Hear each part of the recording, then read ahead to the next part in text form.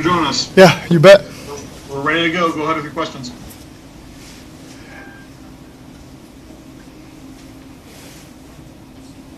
Zach, what was the biggest thing you took from that game today? Well, just the fight of our guys. You know, they really gave us an opportunity there in the second half. And it was kind of a strange second half. The offense only had 3 possessions. Defense held them to 7 points there. And our guys fought hard, all the way through that onside kick. So we had our opportunities. We didn't make the most of some of them. But I thought the guys that took the field today really gave us a lot of heart and effort and gave us an opportunity to win. We just fell a little bit short. Zach, I just had a couple quick things for you. Can you just give your thoughts on the season overall now that you're done with the regular season and just your opening thoughts on getting ready for a playoff game? Well, the season's always full of its ups and downs, and it really comes down to which teams can handle the adversity the best. And to never get too high and never get too low, and I thought our team did a great job of that, responding in the face of some tough adversity and handling success at some moments well. And we finished the season, aside from the loss today, on a really good note with a lot of confidence. And that really does matter in this league to finish going into January and mid-January in the playoffs, feeling like we're playing our best football and playing with a lot of confidence. Our guys really feel that right now. And so, it is the biggest game that any of these players have ever had wearing a Bengals jersey next week at our home stadium. We had tremendous crowds these last couple weeks when we were at home, and we're expecting our best one yet whenever we find out when we're playing and who we're playing, and our guys are excited for that opportunity.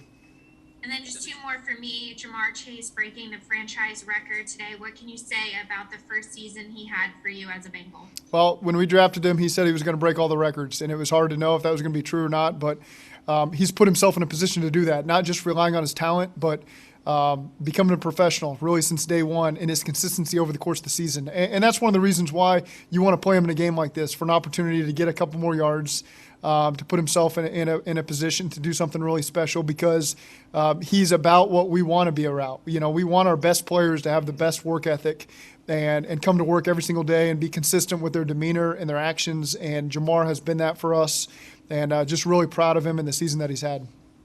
And then I know you don't know what day you're going to be playing yet, but do you expect some of the guys that are going to be coming off the COVID reserve list, like Trey and Larry, to be able to practice and play in the first round? I do. Those guys have felt good, especially these last couple of days, and their 5 days is up now. So expect to get those guys back and ready to go this week. Zach, is there a thought or a message that you would like to convey to this team this week, especially given the circumstances? Going into the playoff game, you're saying, Paul? Yes. This is what we've been striving for all along, to be quite honest with you. And we've been on our guys to be consistent with how they practice every day and raise the standard, so that when you get to this moment, we don't have to change what we're doing.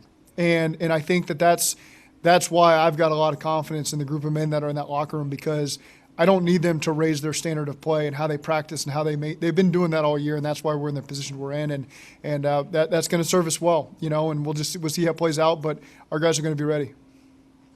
Zach, I'm not saying that you wanted to win this game. At the same time, you're probably confident that a loss with the players that you did have isn't going to impact next week or stop the momentum that you had going into the playoffs.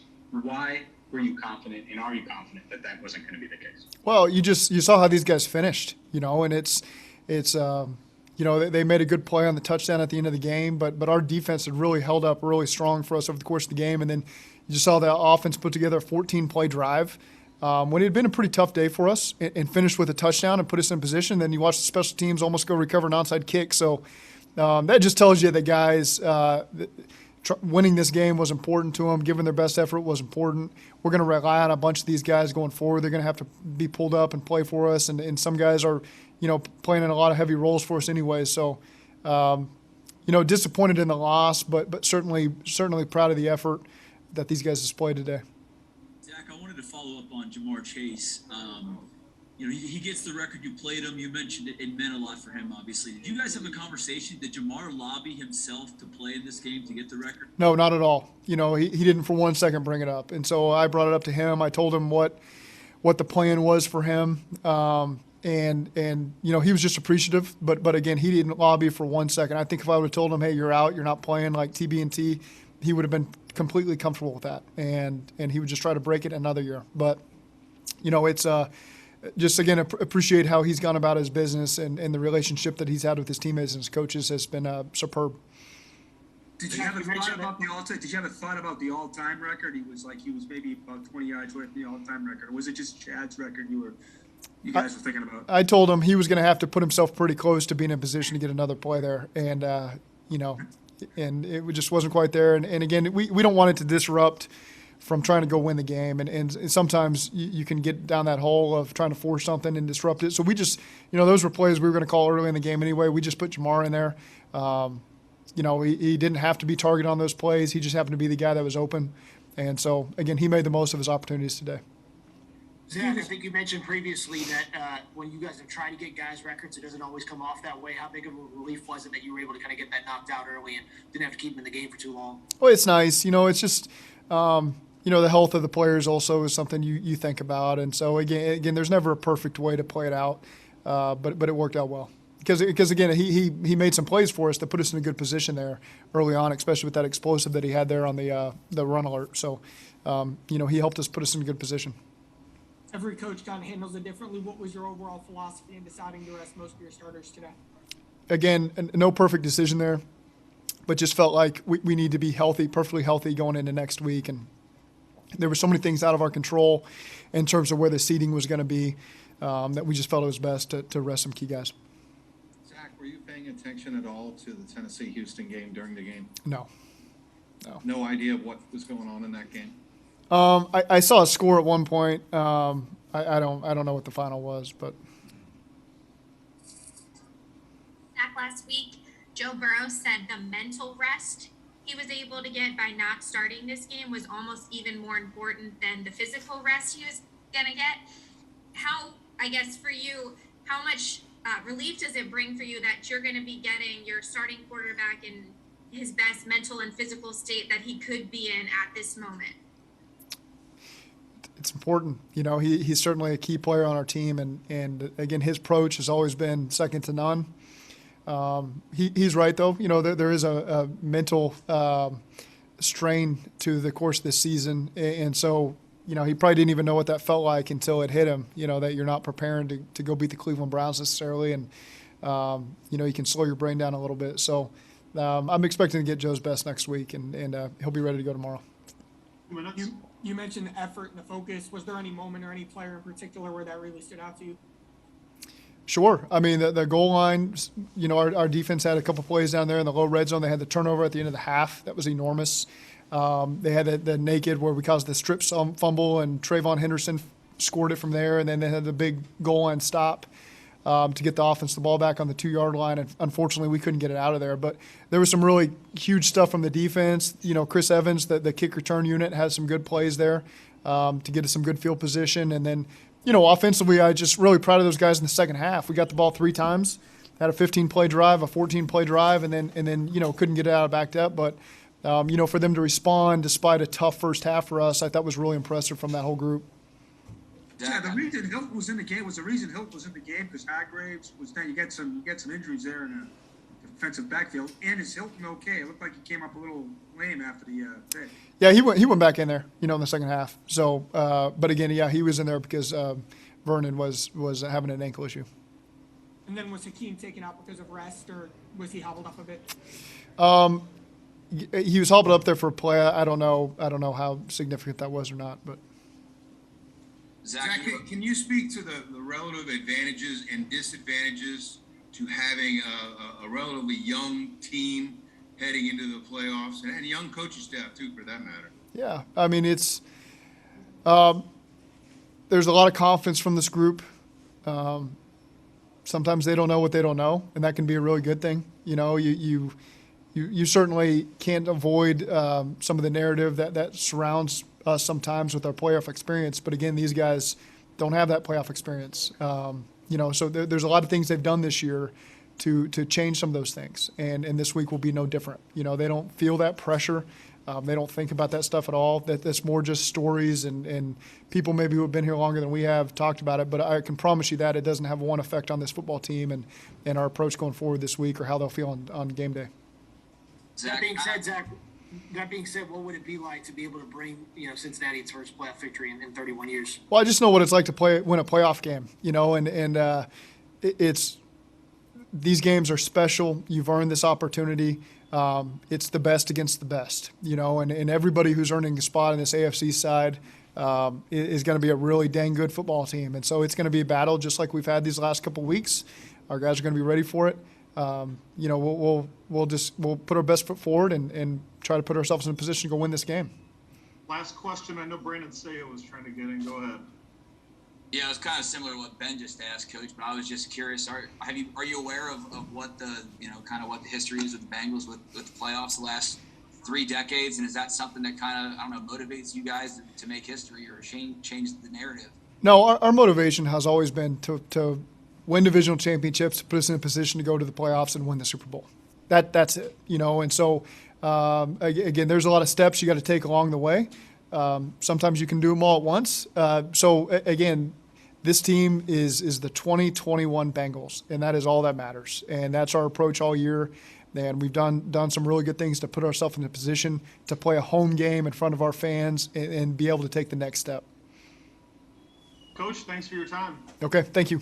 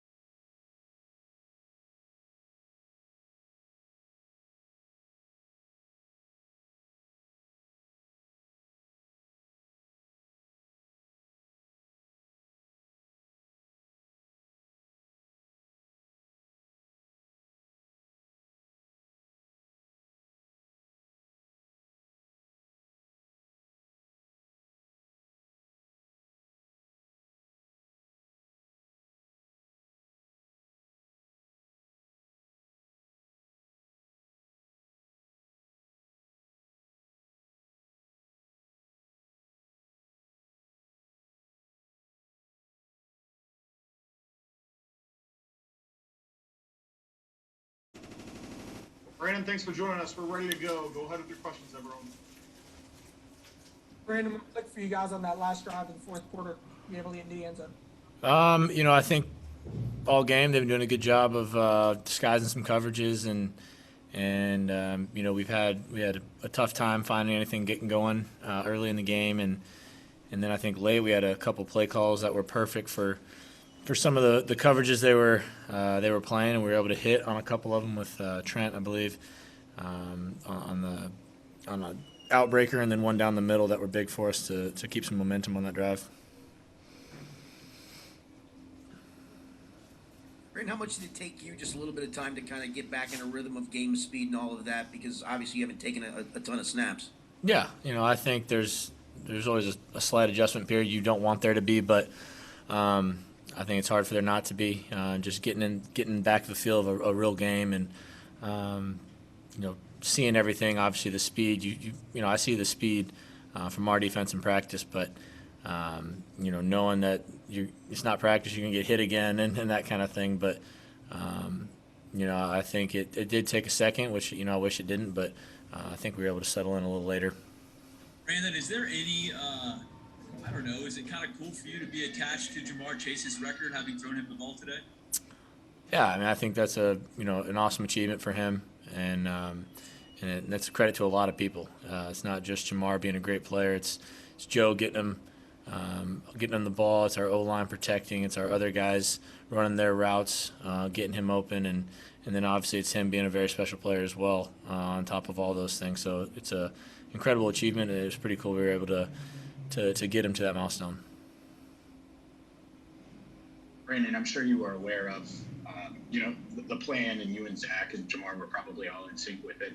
How much is that on your mind while you're adjusting to the game speed? It's a game you want to win, everything that's going into it, but you also want to get Jamar the record sooner rather than later. I don't think it's Zach told me earlier in the week we're not trying to force anything to Jamar. You go where the coverage dictates it, and it gets to Jamar naturally, then it does. But I don't think it affected anything. He does a great job of getting himself open and just being the mismatch that he is. And so I think when we had a couple plays designed that could get him the ball, I think I was able to get him the ball pretty quickly, and he does the rest from there.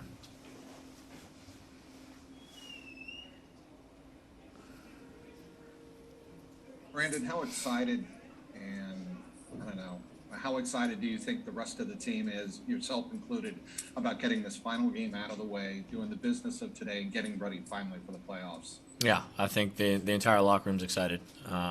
It's been a while since we've been to the playoffs, and we know we're one of very few teams left still playing after this weekend, and so we don't take that for granted. We know we have our biggest game of the year coming up next week, and we will prepare just that way. Zach said that he's not worried about anything in terms of a narrative that's going to be told in the media this week, of course, about 31 years without a playoff win.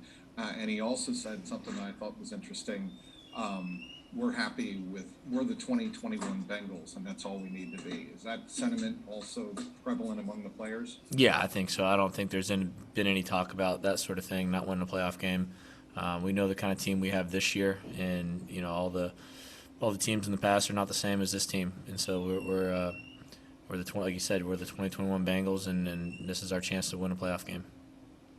Brandon, what's it like to you were on the field for that Baltimore game at the end of last season? What's it like to be on the end of the field this season, but having the AFC North champs and kind of seeing firsthand kind of what this thing looked like from the end of last year to now? Yeah, obviously we're a much better team than we were last year, and we've done a lot of great things to get ourselves in this position. And I think today was, obviously it wasn't, a great showing for us on offense, but I think getting a lot of guys that don't get those reps is going to do nothing but help everyone. And, it's obviously a much different feeling from this time last year, walking up the field knowing, okay, it's off season, we're done, and now we're into this year, and we're going into, hey, we have a playoff game, we can keep winning and keep playing, and that's what we're going to be trying to do. Hey, Brandon, what makes Chris Evans such a good matchup? He looked like you were pretty comfortable trying Yeah. to, and you got him there for the touchdown. What makes him so good in matchups? Yeah, he's a extremely talented receiving back out of the backfield, and a lot of times he's getting covered by linebackers that really can't hang with him. And he's done a great job all year of catching passes out of the backfield and being a mismatch in the pass game. And he also runs the ball real well in the run game. And I thought all our backs did a great job. That Travion ran the ball really hard, and so I think we had a really good showing from those two guys today. 2 minutes. Any more questions? All right, Brandon, we'll let you go. Thanks for All your right, time. thank you.